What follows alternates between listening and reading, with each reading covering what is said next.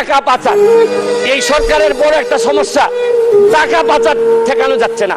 আপনি দুর্নীতি করলে তো অর্থনীতিতে নিয়ে আসা যায়, টাকা পাচার হয়ে গেলে যে দেশে যায় এই দেশের অর্থনীতির বাজেট হয়ে যায়। আরে আমরা বঙ্গবন্ধুর খুনি ধরে আনতে পারি না, আর টাকা পাচার করে এই টাকা ফেরত আনবো কিভাবে? এইটা একটা বড় সমস্যা। টাকা পাচার করে আমাদের বাজেট সংকুচিত হয়ে যাচ্ছে। মাননীয় স্পিকার, আরেকটা জিনিস, এই সরকারে রাসেল ভাইপার সাপ চলে আসছে। মাননীয় স্পিকার, এই সাপ আসার কারণে সরকারে যখন সাপ আসে প্রকৃতিতে বেজি থাকে, এই বেজি করে কি সাপকে নিয়ন্ত্রণ করে।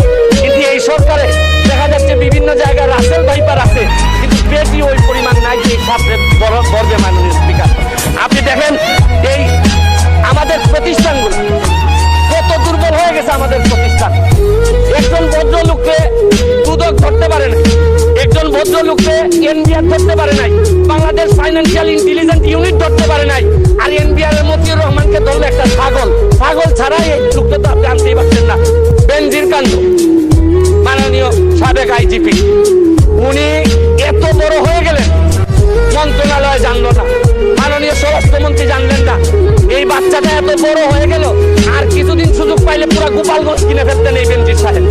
তারপরে এইটার দায় এই মন্ত্রণালয়ে রাখতে পারে না। মাননীয় স্পিকার, এখন আপনারা কালো টাকা সাদা করবেন, আমার কোনো অসুবিধা নাই। যদি মনে করেন টাকা রয়ে গেছে, কিছু টাকা জমানো বা বিভিন্ন অলস টাকা রয়ে গেছে, এটার সাদা করবেন, কোনো অসুবিধা নাই। কিন্তু এই সাদা করার মধ্য দিয়া বেনজির আর মতিউরের টাকাও যদি সাদা হয়ে যায়, আর এদের ভবিষ্যৎ প্রজন্ম উত্তরাধিকার, আদর্শের উত্তরাধিকার যারা, তাদের টাকাও যদি সাদা হয়, এরপরে আমি বলতে চাই মাননীয়, আমি সিলেটের মানুষ, আমার সিলেটে আমি যখন বক্তব্য রাখতেছি লক্ষ লক্ষ মানুষ পানিবন্দী।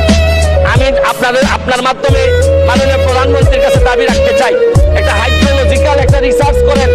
আমাদের এই পানি আগে কখনো বন্যা হইতো না, এইরকম 22-এর বন্যা, 24-এ বন্যা, আমরা একেবারে দেবে গেছি পানির নিচে। মাননীয় স্পিকার, এইটা জানা দরকার যে আমাদের এই ভারত থেকে আসা পানি কোথায় কোথায় বাধা পড়ে, এইটা দেখতে হবে। মাননীয় স্পিকার, অনেকে সন্দেহ করে মিঠামইনের রাস্তাও আমাদের এই দুর্ভোগের কারণ। যদি হয় এইটারও মডিফাই করতে হবে, কারণ একটা জেলারে আপনি সৌন্দর্য দিয়ে আরেকটা জেলা ডুবাই দিতে পারেন না। মাননীয় স্পিকার, আমি হাইড্রোলজিক্যাল স্টাডি এবং এই স্টাডির ফলাফল আমাদের সামনে নিয়ে আসার জন্য দাবি জানাচ্ছি। মাননীয় স্পিকার।